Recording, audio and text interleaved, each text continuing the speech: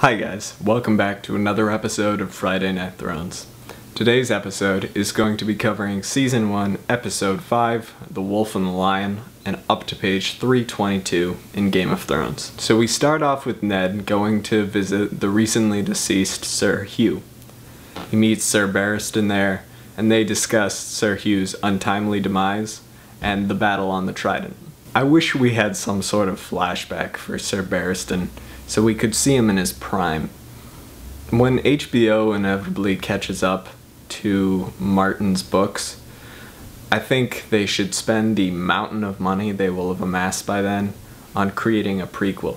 Anyways, Ned tells Robert he is too fat for his armor and that no one will hit him in the tourney. This makes Robert absolutely furious, but not as furious as he is in the book. In the book, he is so furious, he throws his breastplate at Sir Barristan. After Sir Barristan leaves, he settles down and starts pouring his heart out to Ned. He even admits that he knows Joffrey was lying about the direwolf attack. He tells Ned how he wishes he could leave the Seven Kingdoms and travel to the Free Cities to be a sellsword. He says the only thing that stops him, though, is the thought of Joffrey ruling, with Cersei influencing him. Next scene is the joust between Loras and the Mountain. This scene is almost the same as it is in the book, except in the book, the Hound is in the joust, and he was going to face the winner of Loras and the Mountain's joust. Most of the tournament is left out because it would have been really expensive for them to film.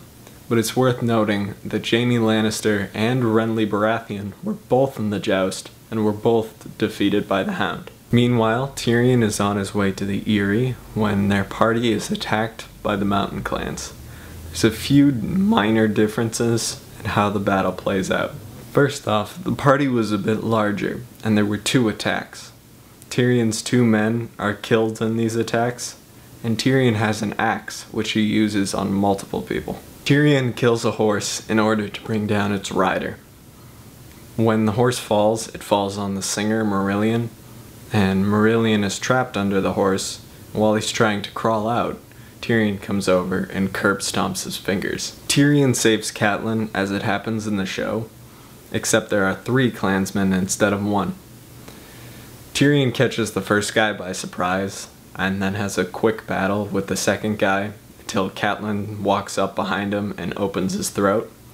The third guy just runs away. As a side note, Bronn has a sellsword buddy named Chiggin.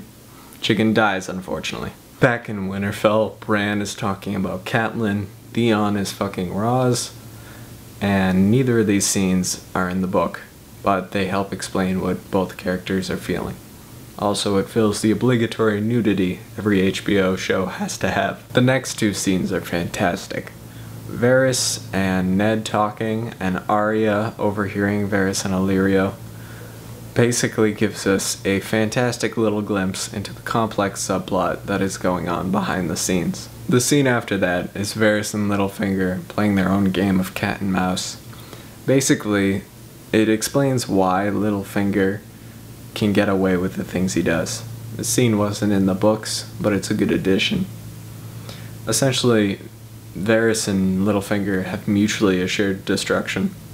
They have enough incriminating evidence on each other to make sure neither one of them rats the other one out. Then Arya gets out of the sewers and goes to talk to Ned.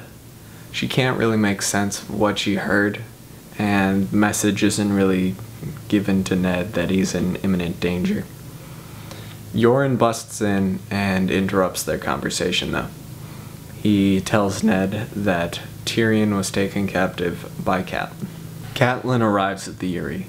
In the book, she is greeted by the Blackfish. The Blackfish is Brynden Tully, her uncle. He's a seasoned war veteran and a good listener. When Cat was little, she would go to him when she needed someone to talk to. Also, it's worth noting that the process of getting into the Eyrie is extremely difficult, and the book goes into extra detail about how difficult it is and exactly why it's so impregnable. Back in King's Landing, Robert wants Daenerys dead, Ned won't do it, and Littlefinger takes Ned to the last person Jon Arryn talked to before he died. Tyrion arrives in the Eyrie and meets crazy Lysa Arryn and her son, Robin. His name was changed from Robert to Robin to avoid any confusion. In the book, he was named after Robert Baratheon. Tyrion is put in a sky cell. The thing to know about sky cells is that they are at a slope so that the prisoners go insane. Now, Tyrion's cell is at a slight slope, so it's not as bad as some of the other cells, but it is enough to keep him from getting any quality sleep. Then there's the Loras shaving Renly scene. I don't like this scene. It's just not how Renly was depicted in the books. In the books, Renly is the spitting image of Robert when he was young. He is not someone who gets queasy at the sight of blood. He enters tournaments and he hits motherfuckers with lances. He's Robert with more class. He's a total people person. Cersei and Robert have a scene that basically describes the downward spiral of their marriage. This scene is not in the books. I was wrong in my earlier video when I said that Cersei's first child was bullshit. Apparently in the world of the show, she did have that child.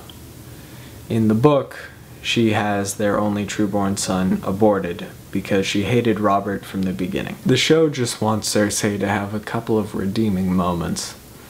George R.R. Martin writes Cersei as a pretty one-dimensional character. Ned talks to the mother of one of Robert's bastards, and Jaime rolls up and Ned takes a spear through his leg whilst fighting Jaime. This scene plays out very differently in the book. Ned and Jaime don't fight, mainly because Jaime is one of the best swordsmen alive, and Ned probably wouldn't have lasted more than a minute against him. In the books, Ned is injured while trying to defend his men. Basically, he's wheeling his horse around to try to kill someone, and his horse slips and falls, and the fall breaks Ned's leg. Well, that's it for this episode. Please comment if you think Ned could have held his own against Jaime. Don't forget to subscribe and like, and I'll see you guys next Friday.